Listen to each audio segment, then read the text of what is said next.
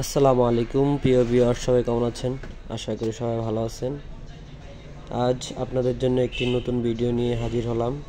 আশা করি ভিডিওটা আপনাদের কাছে খুবই ভালো লাগবে। তো আজকের ভিডিওটা হচ্ছে একটা ইঁদুর নিয়ে। তো আপনারা আমার আগের একটা ভিডিওতে দেখেছেন যে আমার একটা ঘুঘুর ছানাকে ইঁদুরে তার পা কেটে নিয়ে চলে গেছে। তো ঘুঘুর ছানাটা আমি বাঁচাইতে পারি নাই, ওই ভিডিওটা আমি দিয়েছিলাম। তো অনেক দিন চিন্তা করলাম যে ইঁদুরগুলোকে কিভাবে দূর করা যায়, কিন্তু পারছি না কোনোভাবেই। প্রতিদিন এক একটা সমস্যা করেই থাকে।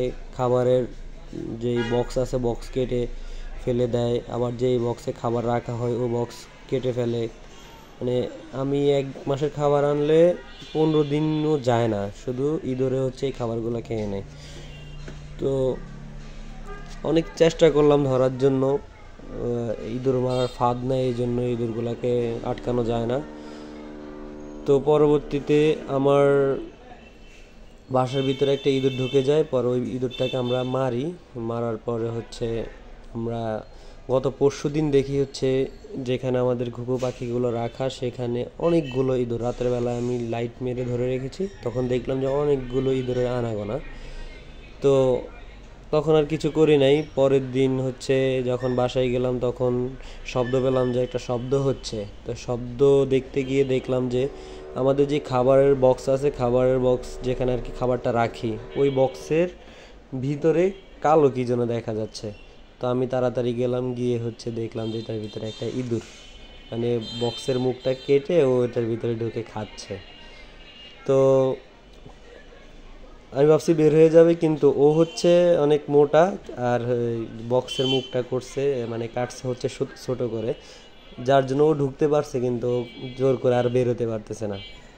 তো এমন অবস্থায় আমি ওটাকে নিয়ে আসলাম, আইসায় ভিডিও করলাম। দেখলেন আপনারা এতক্ষণ, দেখেন কি বড় একটা ইঁদুর, কি বিগ সাইজের। ও এখানে খাচ্ছে, ও এখানে পটি করতেছে।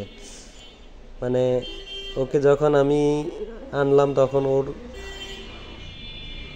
স্মেলটা এত বিশ্রী, মানে গন্ধে টিকা যাচ্ছিল না। পরবর্তীতে